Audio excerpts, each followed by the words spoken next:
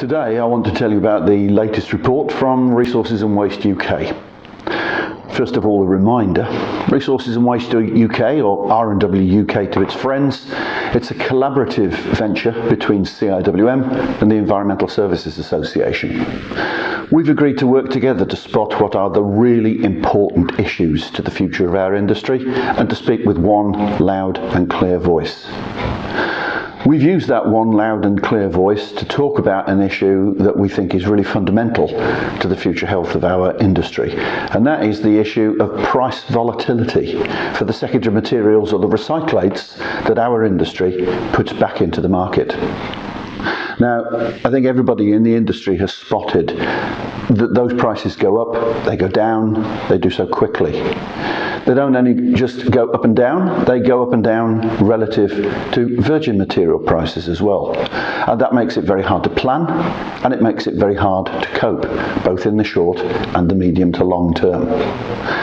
Because of the impact that those price volatilities are having on the health of our industry, every single step in the value chain that is our industry is under hard times at the minute. Resources are tight. The prices that we get for our secondary materials are very important. And in theory, that should act as a value chain, pulling materials through our industry. At the moment, you can see that in some cases that works, in some cases it doesn't, and in some cases it changes on a weekly or even a daily basis. So we've commissioned a big and we think important piece of work through consultants Eunomia, and they helped us to launch their report, which is very big and very detailed, and our position statement, which fortunately is quite slim and easy to read, at the R&WUK event on the 17th of September. Now, both of those documents, the main report from Eunomia and our conclusions report, if you like, they're available on the R&WUK website, and that is resourcesandwasteuk.co.uk. Now then, the consultants told us pretty much what we expected them to tell us. They told us that price volatility is important, and it's starting to matter more and more the more successful we are in recycling and putting materials back into the market. If we only recycled 1% of what was presented to us, I don't think we'd be very worried about how volatile the prices are. Now that we're working our way towards 50% and possibly beyond 50% under the EU circular economy document, that's going to matter an awful lot more. So the prices matter, and they're going to matter more in the future. The next conclusion was that there isn't any easily available mechanism already being used by some other industry that we can adopt, put into place and stabilise these market prices. There's nothing out there that's a quick, easy answer. So we've drawn 4 main conclusions from the work that Eunomia did for us. 2 of them are much further forward looking, more strategic.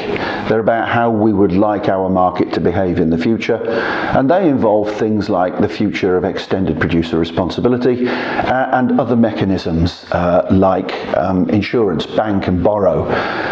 That will take some time to work and probably need some form of intervention by either governments or possibly even at a European level. But we've got to get working on those, because if we don't, we're not building a more stable future for our industry. Whilst we're doing that, of course, we've already recognised prices are volatile, staying volatile, and it can be quite harmful. So the industry has to cope. It needs to find short-term mechanisms to cope better with these vagaries of the market. Now, the options that we've got to put in place in the short to medium term are much more about sharing that price risk volatility across the value chain. It means partners working together. Now, we know that there are great examples of people already doing that. Local authorities working with their contractors, contractors working with their customers. That's great, so we've got good experience to pick up on, but it's far from ubiquitous.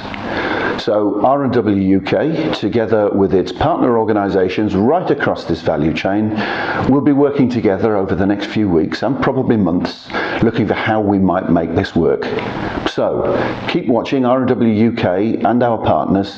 We'll be back telling you how we get on, because there's no doubt about it. Whilst we're trying to build a more stable future through things like the circular economy, we need to learn how to cope, and that means partnership working right across the value chain.